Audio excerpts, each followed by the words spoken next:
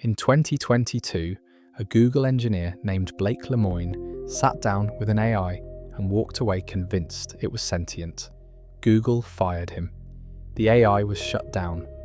Nobody asked if he was right. Right now, every major AI lab is running what they call evals, structured tests to measure what their models can actually do.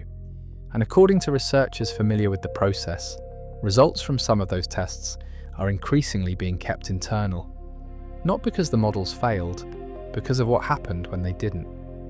Here's the thing about how these systems get smarter. It's not a smooth curve. They cross thresholds, specific points where a capability that didn't exist yesterday suddenly does. Researchers call it emergent behavior. Plain English, nobody programmed it in, it just appeared. One day, the model can't do a thing. The next day it can, and nobody's entirely sure why.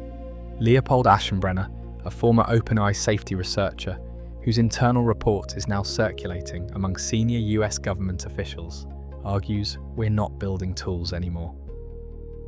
We're building systems that can build better versions of themselves. Now here's the part nobody wants to say out loud. You've probably been thinking the risk is AI getting too smart, but you've already been interacting with systems that researchers don't fully understand. And every time you used one without anything going wrong, it made the people building them more confident they had it under control. The evals tests for what researchers know to look for. Emergent capabilities, by definition, are the ones nobody thought to test for until they showed up. We're checking if the door is locked. We don't know how many doors there are, and you've been on the other side of them this whole time.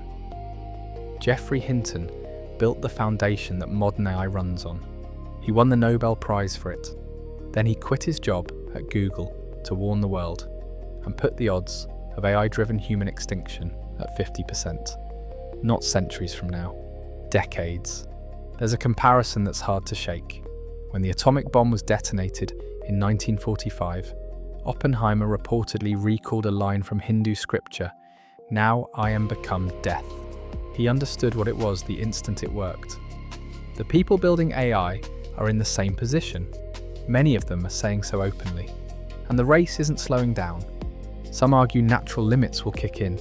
Data runs out, chips get too expensive, progress stalls. These are real constraints. But Aschenbrenner's core argument is that once AI can improve its own research process, human speed bottlenecks stop mattering. The brakes only work if the car is still ours to drive. Blake Lemoine thought the AI was sentient. He got fired for saying so, but the question was never whether he was right. It was always this: when someone finally is right and nobody's watching closely enough to notice, what happens next? It's just unanswered.